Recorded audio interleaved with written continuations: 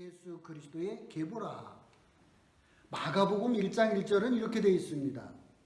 하나님의 아들 예수 그리스도의 복음의 시작이다. 요한복음 1장 1절은 태초에 말씀이 계시니라. 이 말씀이 하나님과 함께 계셨으니 이 말씀은 곧 하나님이시라. 이렇게 되어 있습니다. 마가복음 1장 1절을 우리 한번 참고해 보면요. 하나님의 아들 예수 그리스도의 복음의 시작이라고 했습니다. 예수님은 본인이 하나님의 아들이라고 했기 때문에 유대인들이 예수님을 죽였습니다.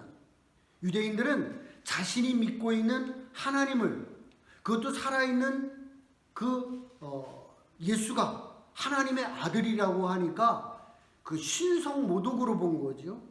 그래서 예수를 십자가에 처형시키는 것이 유대인들이었습니다. 그러니까 마가복음을 유대인들이 읽는다라면 상당히 불쾌했겠죠. 그래서 마태복음으로 넘어가 보겠습니다. 마태복음 1장 1절을 가보세요. 이제 보면은 아브라함과 다윗의 자손 예수 그리스도의 계보라. 유대인들은 익숙한 아브라함, 다윗의 이야기입니다. 그리고 그들은 족보에 익숙합니다.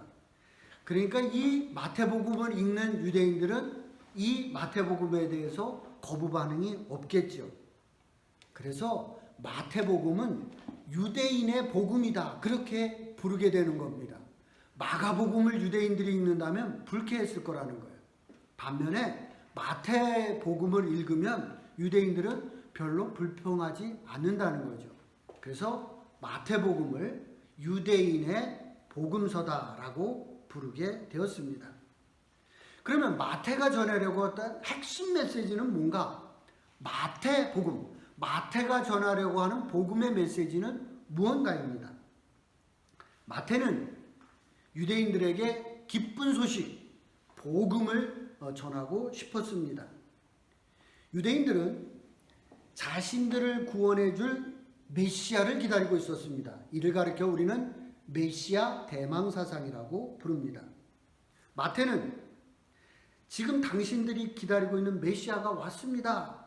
그 기쁜 소식을 여러분들에게 전합니다. 그것이 마태복음이다. 그런 얘기입니다. 그 유대인들이 마태에게 질문하죠. 우리가 기다리던 그 메시아가 누구냐라고 마태에게 질문하죠. 그 마태가 얘기하는 겁니다. 너희가 십자가에 죽인 그 예수가 메시아다. 십자가에 죽었던 예수가 3일 만에 다시 살아났다. 예수는 하나님의 아들로서 너희를 구원하러 온 메시아라고 전하고 있습니다. 예수님을 하나님의 아들로 너희가 믿으면 너희 모두가 하나님 나라에 들어갈 수 있다. 이것이 마태가 전하려고 하는 핵심의 메시지입니다. 그러면 예수님이 전하려고 했던 그 산상수훈부터 이제 좀 살펴보려고 합니다. 마태복음 5장 1절 3절에 있는 말씀 저와 함께 교독하도록 하겠습니다. 여기 3절 말씀 보겠습니다. 천국이라고 했습니다. 다른 복음서에는 천국이라고 부르지 않고 하나님의 나라라고 했는데 마태는 천국이라고 했습니다. 유대인들은요, 하나님의 이름을 함부로 부르지 않습니다.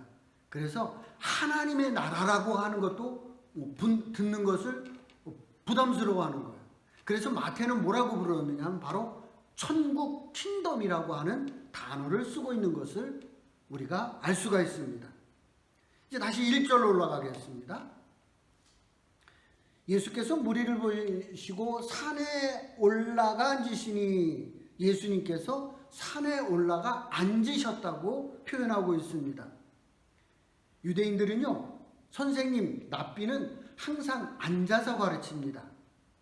이 같은 내용이 누가복음 6장에 나와 있는데요. 여기에서는 누가복음에는 예수님이 평지에 서서 설교를 하십니다. 우리 한국의 훈장님은 앉아서 가르치시잖아요. 반면에 우리 서양의 선생님들은 서서 가르치죠. 그런 거에 차이라는 겁니다. 서서 가르치나 앉아서 가르치나 이게 중요한 게 아닙니다. 마태복음을 읽는 독자가 유대인들이기 때문에 유대적 배경으로 설명을 하고 있다는 거예요. 누가복음을 읽는 독자는 누구냐면 이방인들입니다. 그래서 예수님이 서서 설교한다고 표현하고 있는 겁니다. 그러니까 저자의 의도가 있다는 거예요. 우리가 그냥 생각할 때 그럼 예수님은 유대인이기 때문에 마태복음은 맞고 누가복음은 틀리다 뭐 이런 식으로 가면 곤란하다는 거예요. 이거는 저자들이 독자들을 배려하는 차원에서 이렇게 예수님이 앉아서 설교했다 또 혹은 예수님이 서서 설교했다라고 우리가 그 배경을 설명하고 있는 것이다 이렇게 보면 좋겠습니다. 또 마태의 또 의도가 또 있습니다. 여기 보면 산에 올라가서라고 했습니다. 마태복음을 읽을 때 이 저자의 의도를 좀 알아야 됩니다. 유대인들은요 모두 모세를 알고 있습니다. 모세가 십계명을 받은 곳이 바로 시내산입니다. 마태는 모세와 예수님을 대비하고 있습니다. 마태는 예수님이 산상설교를 모세의 시내산하고 대비를 하고 있습니다.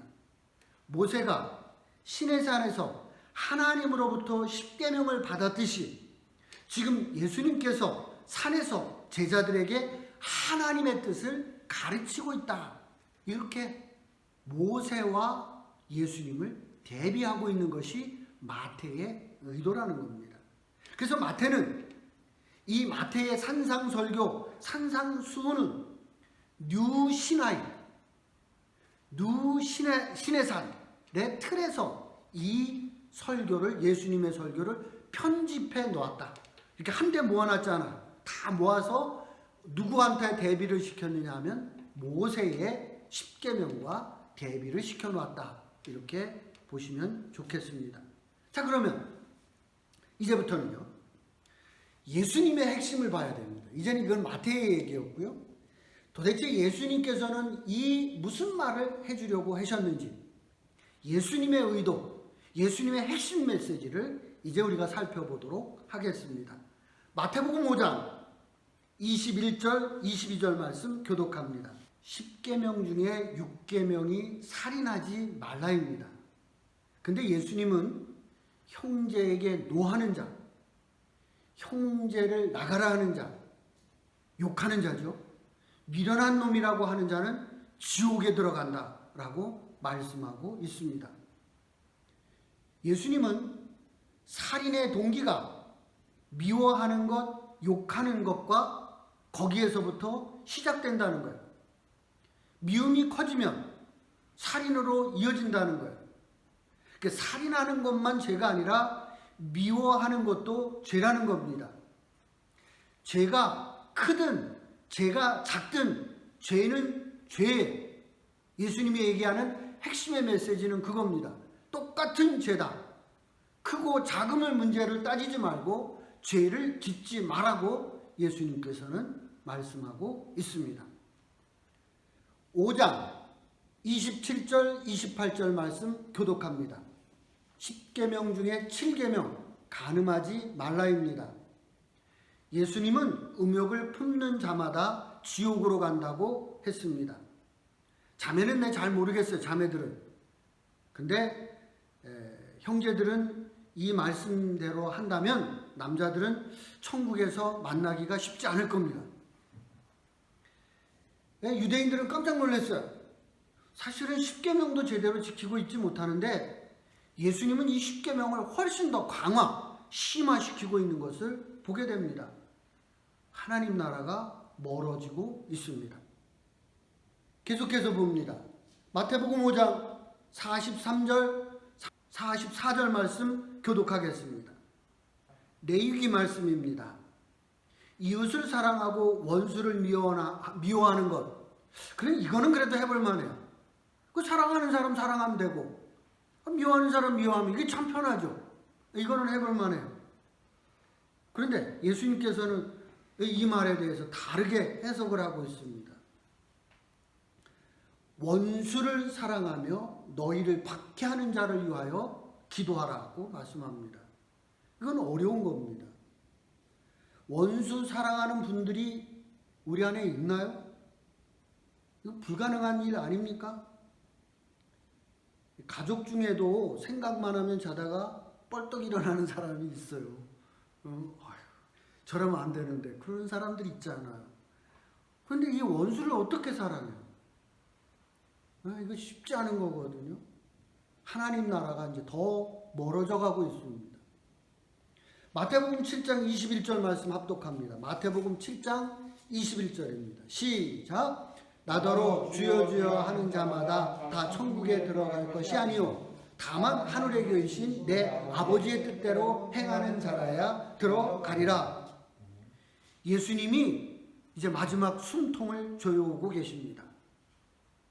지금 예수님이 하시는 이 말씀을 다 행하는 자라야만 천국에 들어갈 수 있다고 합니다. 그럼 진짜 천국에 들어갈 사람이 한 사람이나 있겠어요? 없습니다. 그 예수님의 설교의 핵심 메시지가 이거예요. 너희들 천국 못 간다는 거예요. 예수님은 하나님의 나라는 자기의 의로, 자기의 행위로 들어갈 수 없다고 말씀합니다. 유대인들은요, 아브라함의 자손이기 때문에 하나님의 나라에 들어갈 수 있을 것으로 생각했습니다. 할례를 받고 율법을 지키기 때문에 하나님 나라의 백성으로 그들은 생각을 했습니다. 근데 예수님은 말씀하는 거예요. 너희는 하나님 나라 들어갈 수 없다. 그러면 하나님 나라 어떻게 들어가는 거예요? 하나님 나라 어떻게 들어가는 거예요? 예수님은 뭐라고 해요? 마태와 예수님은 뭐라고 말씀해요? 예수님을 하나님의 아들로 믿는 자라야만이 하나님 나라에 들어간다. 아멘. 예수님을 하나님의 아들로 믿는 그 믿음을 가진 사람만이 하나님 나라에 들어갈 수 있다라고 말씀하고 계십니다. 행위로 들어가는 것이 아니라 믿음으로 들어가는 것이 하나님의 나라입니다.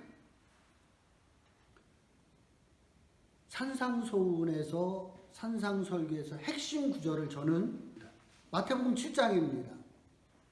사과를 맺는 나무는 사과나무입니다. 가시나무는 사과를 맺을 수 없습니다. 이 말이 그래서 열매를 보고 나무를 안다는 뜻입니다. 좋은 열매를 맺기 위해서는 내가 좋은 나무가 되어야 합니다. 저는 오늘 말씀을 준비하면서 여러분이 예수 나무가 되었으면 좋겠다 하는 생각을 했습니다. 예수 닮은 예수 나무. 내가 예수 나무가 된다면 나에게서 뭐가 열리겠어요? 예수님과 같은 모습의 열매가 맺히게 될 것입니다. 성령의 열매가 맺게 될 것입니다. 여러분이 그래서 좋은 나무, 예수 나무가 되시기를 주님의 이름으로 축복을 드립니다. 이 사과나무를 심어 놓으면요, 금방 열매가 맺히는 것은 아닙니다. 그러죠? 3, 4년 시간이 걸립니다. 또 어떤 때는 보면은요, 나무들마다요, 해걸이라는 거를 해요. 그래서 어떤 애는 진짜 열매가 없는 애도 있습니다. 또 보면 가끔가다 병충해가 심하게 오는 애는 먹을 과일이 별로 열리지 않는 것도 보게 됩니다. 그런데 중요한 거는 내가 좋은 나무가 되면 언젠가는 열매가 맺는다는 겁니다. 예수를 믿는 예수 나무가 되면 분명히 여러분에게서 예수의 열매가 맺히게 될 줄로 믿습니다. 성령의 열매가 여러분들에게 맺힐 것을 저는 믿습니다. 자, 그러면 결론의 말씀으로 예수님만 믿고 예수님이 말씀하시는 이 산상설교는 지킬 필요가 없는 말씀인가? 아닙니다. 마태는 세 부류로 사람을 구분하고 있습니다. 복음을 거부하는 사람들입니다. 바리새인과 서기관들입니다. 또 한 부류는 예수님을 따르는 무리, 군중들입니다. 그리고 마지막으로 따르는 예수님의 말씀을 지키고 행하며 따라가는 실천하는 제자들, 이렇게 셋으로 마태는 구분하고 있습니다. 예수님의 말씀을 따라 실천하는 제자의 무리에 목동교회 모든 성도들이 합류하기를 주님의 이름으로 축복합니다. 그 예수님을 따라가는 그 길은 좁은 길입니다. 좁은 길로 가십시오. 예수님을 따라가는 그 길은 좁은 문입니다. 그 문으로 들어가십시오. 다음 주부터 5장, 6장, 7장 말씀을 우리가 듣게 될 텐데 들을수록 좁은 문이고 좁은 길입니다. 그런데 그 길을 그렇게 가다 보면 내가 세상의 빛이 됩니다. 내가 세상의 소금이 됩니다. 구별된 삶을 살아간다는 겁니다. 이것이 예수님이 얘기하는 거룩입니다. 예수님이 얘기하는 거룩한 삶은 뭘 얘기하느냐? 내가 내 말대로 따라서 실천함으로 말미암아 세상의 빛이 되고 세상의 소금 되는 그것이 거룩한 삶이라고 예수님께서는 우리에게 말씀하고 있습니다. 유대인들은 거룩한 것을 음식을 가려 먹는 것으로 생각했습니다. 그래서 세상 사람하고 구별되죠. 유대인들은 이방인들하고 밥 같이 안 먹습니다. 자기들 먹는 그릇이 있고요. 안 먹는 음식이 많기 때문에 그들은 자기들끼리 음식을 먹습니다. 유대인들 보면은 표가 딱 나잖아요. 검은 모자, 수염, 세상 사람하고 딱 구별됩니다. 그래서 유대인들은 이렇게 구별된 것이 하나님의 백성으로 생각을 했습니다. 예수님은 이렇게 외형적으로 구별되는 거룩함을 이야기하는 것이 아닙니다. 예수님은 세상의 빛이 되고 세상의 소금 되는 그러한 삶을 살아감으로 말미암아 거룩한 백성이 되라고 말씀을 하고 있습니다. 목동교회 모든 제자들이 예수님의 말씀을 실천함으로 말미암아 거룩한 하나님 나라의 백성이 되기를 주님의 이름으로 축복을 드립니다.